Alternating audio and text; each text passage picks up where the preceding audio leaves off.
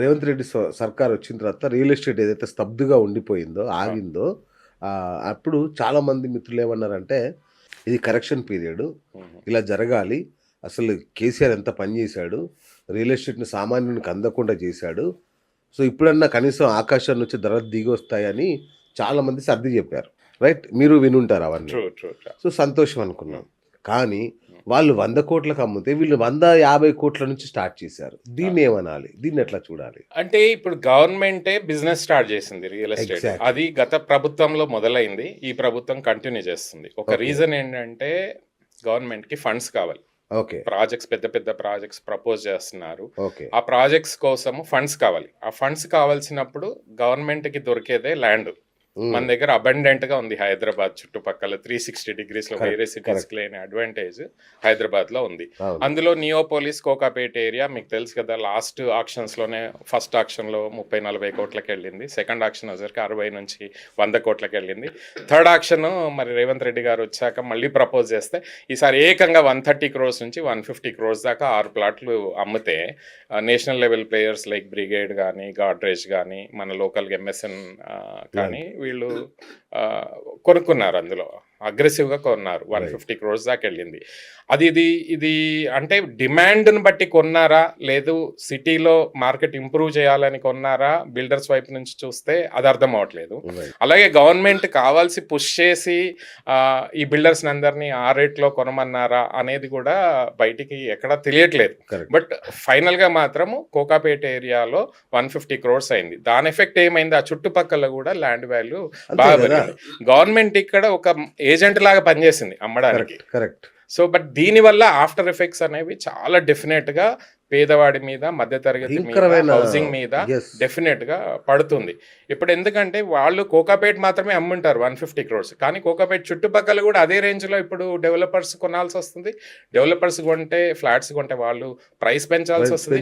Price పెరిగితే భారం ఎవరి మీద పడుతుంది? మళ్ళీ అగే కొనే వాళ్ళ మీదనే అంతే పడుతుంది. కదా! మొన్నటిదాకా 50 లక్షలు వచ్చేది ఇప్పుడు 5 కోట్లకి వెళ్ళిపోతుంది. అపార్ట్మెంట్ అనేది ఒక చిన్న డబుల్ బెడ్రూమ్ ఆబ్వియస్ అపార్ట్మెంట్. గా మొన్నటిదాకా కోకాపేటలో 5,000 నుంచి 10,000 మధ్యలో దొరికేది. చూడండి. ఇప్పుడు 10,000 లోపల అసలు దొరకట్లేదు. దొరకదు ఇంకా. ఎనీథింగ్ అబౌట్ 10,000 మీరు కరెక్ట్. కోకాపేట కానీ, కరెక్ట్. ఫైనాన్షియల్ డిస్ట్రిక్ట్ కానీ, నార్సింగ్, ఈ గండిపేట ఏవైతే గ్రోత్ కారిడార్స్ ఉన్నాయో ప్రస్తుతానికి వెస్ట్ సైడ్ ఆఫ్ ద సిటీలో ఆల్రెడీ 10,000 దాటిపోయింది. చూడండి. కొంచెం ఇంతకుముందు అఫోర్డబుల్ అనిపించే కొల్లూరు, ఉస్మాన్ నగర్, తెల్లాపూర్ ఏరియాస్ కూడా అవి కూడా ఇప్పుడు 8,000, 9,000, ఆల్మోస్ట్ 10,000 కూడా టచ్ అవుతున్నాయి. దారుణం. ఏది మామూలు tier 1 builders. Correct. Tier 2 builders కూడా వెనకకేం లేరు. వాళ్ళేం తగ్గరుగా. 500,000 రూపీస్ తగ్గుతున్నారు. ఇప్పుడు ఎందుకంటే సిమెంట్ రేట్లు ల్యాండ్ రేట్ పెరిగింది, ఆ, కన్స్ట్రక్షన్ కాస్ట్ పెరిగింది, పెరిగింది. లైజనింగ్ కాస్ట్లు పెరిగినాయి, Yes. అట్లాగే గవర్నమెంట్ లో బ్రైబ్స్ కూడా పెరిగినాయి. సో పెరిగినాయి. దీని అన్నిటి వల్ల ఓవరాల్ గా బాధపడేది ఎవరు? ఫైనల్ గా ఎండ్ యూజర్, ఎండ్ బయ్యర్ మాత్రమే ఈ ఈ అన్ని కాస్ట్లు భరించాల్సి కరెక్ట్ వస్తుంది. పాయింట్కి వచ్చారు అన్నగారు. నేను ఇప్పుడు ఎల్బీ నగర్లో 15 ఏళ్ల క్రితం నేను ఒక ఫ్లాట్ కొనుక్కున్నా. ఉమ్, అప్పుడు నా శాలరీ ఎంత ఉండే అన్నగారు? సీరియస్, మీరు ట్రస్ట్ మీ, 12,000 ఉండే నా శాలరీ. అవును, 12,000 శాలరీలో నేను డబుల్ బెడ్రూమ్ కొనుక్కున్నా. ఈఎంఐ కడుతూ అవును. నేను నడిపించాను. ఇప్పుడు చెప్పండి అన్నగారు, నాకు ఈ రోజు కనుక హైదరాబాద్ సిటీలో నేను అపార్ట్మెంట్ కొనాలంటే నా శాలరీ 3 లక్షలు ఉంటే సరిపోతుందా? ఇప్పుడు మీరు వెస్ట్ సైడ్ ఆఫ్ ద సిటీలో మీకు 5 కోట్లు అయింది ఫ్లాట్లు, 4 నుంచి 5 కోట్లు అయింది. దానికి ఈఎంఐ కట్టడానికే 4 లక్షలు అవుతుంది. Correct. So very difficult to ఇక బై అయిపోయింది. ఫర్ Best వదిలేసేయండి. అవును. Normal end user. Yes. ఇప్పుడు ఎట్లయిపోయింది, నగరంలో ఈ ఎక్స్పెన్సివ్ ఏరియాస్ లో 100లో ఒక్కరు మాత్రమే కొనగలిగే పరిస్థితి తీసుకొచ్చింది అనేది వాస్తవం. ఎగ్జాక్ట్లీ. ఇప్పుడు ఇంకా కొంచెం దూరం వెళ్ళినా అదే పరిస్థితి ఉంది. సో ఒక ఈ వెస్ట్ సైడ్ ఆఫ్ ద సిటీలో ఒక 10 కిలోమీటర్లు, 15 కిలోమీటర్ల దూరం వెళ్ళేదాకా కూడా అఫోర్డబిలిటీ అనేది బాగా తగ్గిపోయింది. కరెక్ట్. అదే అన్న, లండన్, న్యూయార్క్ కంటే కూడా కాస్ట్లీగా మార్చేసి దీన్ని ఏం చేద్దాం అనుకుంటారు హైదరాబాద్ని? హైదరాబాద్ ప్రజల సిటీ. నిజం చెప్పాలంటే ప్రజాప్రభుత్వం అని చెప్పి ఈ ప్రభుత్వం దీన్ని ప్రజలకు అందకుండా చేస్తే ఎక్కడికి వెళ్ళాలి? సామాన్యుడు ఎక్కడికి వెళ్ళాలి? నాకు అర్థం కావట్లేదు. యా, ఆబ్వియస్లీ ఇప్పుడు న్యూయార్క్ అయినా, సింగపూర్ అయినా, టోక్యో అయినా కొన్ని కంట్రీస్లో ఏం చేస్తారంటే ఎంత ఎంత వాల్యూస్ పెరిగినా శాలరీస్ కూడా మ్యాచింగ్ శాలరీస్ ఉంటాయి అక్కడ. ఎగ్జాక్ట్లీ. సో ఎప్పుడు కూడా వాళ్ళకు ఉండే ఈఎంఐ శాలరీ కన్నా తక్కువే ఉంటుంది. Correct. ఇండియాలో అట్లా కాదు. ఇప్పుడు హైదరాబాద్ లో ఏమంది, మన శాలరీ కన్నా ఈఎంఐలు ఎక్కువైపోయినాయి, చాలా ఎక్కువ విచ్ ఈస్ నాట్ కరెక్ట్. ఎవరు అఫోర్డ్ చేయలేనప్పుడు ఆబ్వియస్గా సిటీలో ఏమవుతాయి, మార్కెట్ కొంచెం స్లో డౌన్ అయ్యే ఛాన్సెస్ వస్తాయి. మరి- అఫోర్డబిలిటీ ఉన్నప్పుడే హౌసింగ్ అనేది it's a utility. Not as a business. Government దీని మీద కంపల్సరీ నియంత్రణ అనేది తెచ్చుకోవాలి. అందులో మన కంట్రీ ప్రజాస్వామ్య country, we are not capitalistic country. Exactly. అందులో 150 కోట్ల మంది పాపులేషన్ ఉంది. ఆ పాపులేషన్ అందరికీ కూడా హౌసింగ్ ఇవ్వడం అనేది గవర్నమెంట్ యొక్క responsibility. Correct. Government responsibility affordable సెగ్మెంట్లో తీసుకోకుండా మేము ఆక్షన్స్ చేస్తాము, మేము ప్రైసెస్ పెంచి అమ్ముతాము, ఆ గవర్నమెంట్ ల్యాండ్స్ మేము అమ్ముతాము అంటే ఆ గవర్నమెంట్ ల్యాండ్స్ అన్ని కూడా ప్రజలవే. Yes. అవి అంతే కదా. ప్రజలకు చెందిన ల్యాండ్స్ మనం గవర్నమెంట్ ఇవాళ రేటు పెంచితే, ఆ చుట్టుపక్కల ల్యాండ్ రేట్లు పెంచితే భారం ఎవరికి? ప్రజలకే.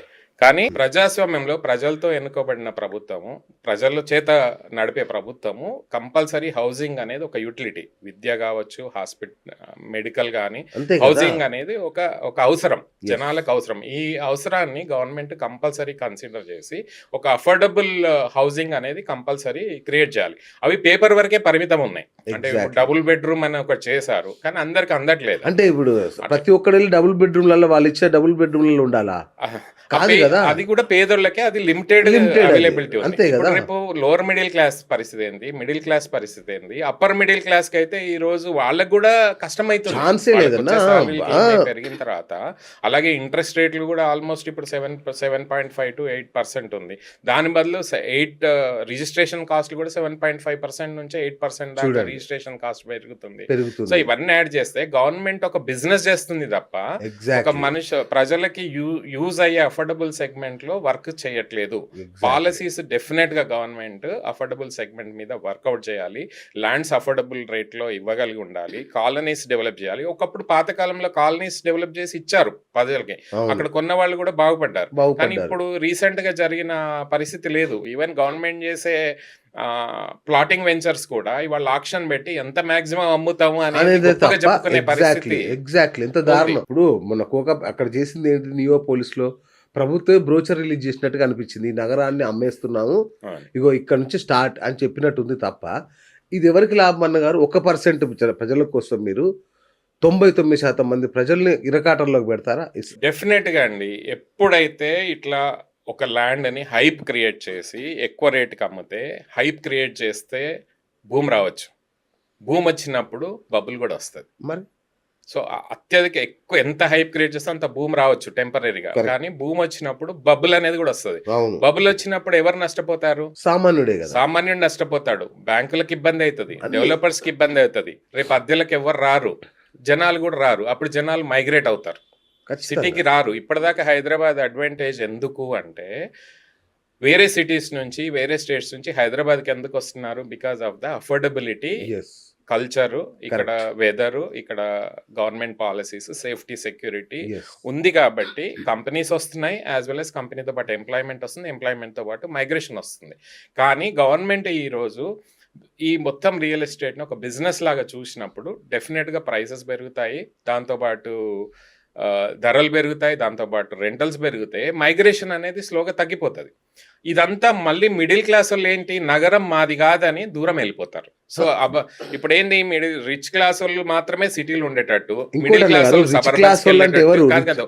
రిచ్ క్లాస్ వాళ్ళు సిటీలు ఉండాలి, మిడిల్ క్లాస్ వాళ్ళు సబర్బన్స్ ఉండాలి, పేదోళ్ళు మొత్తం అవుట్స్కట్స్ లో ట్రిపుల్ ఆర్ అవతల ఉండాలని అవతల ఉండేటట్టు పరిస్థితి క్రియేట్ అయింది.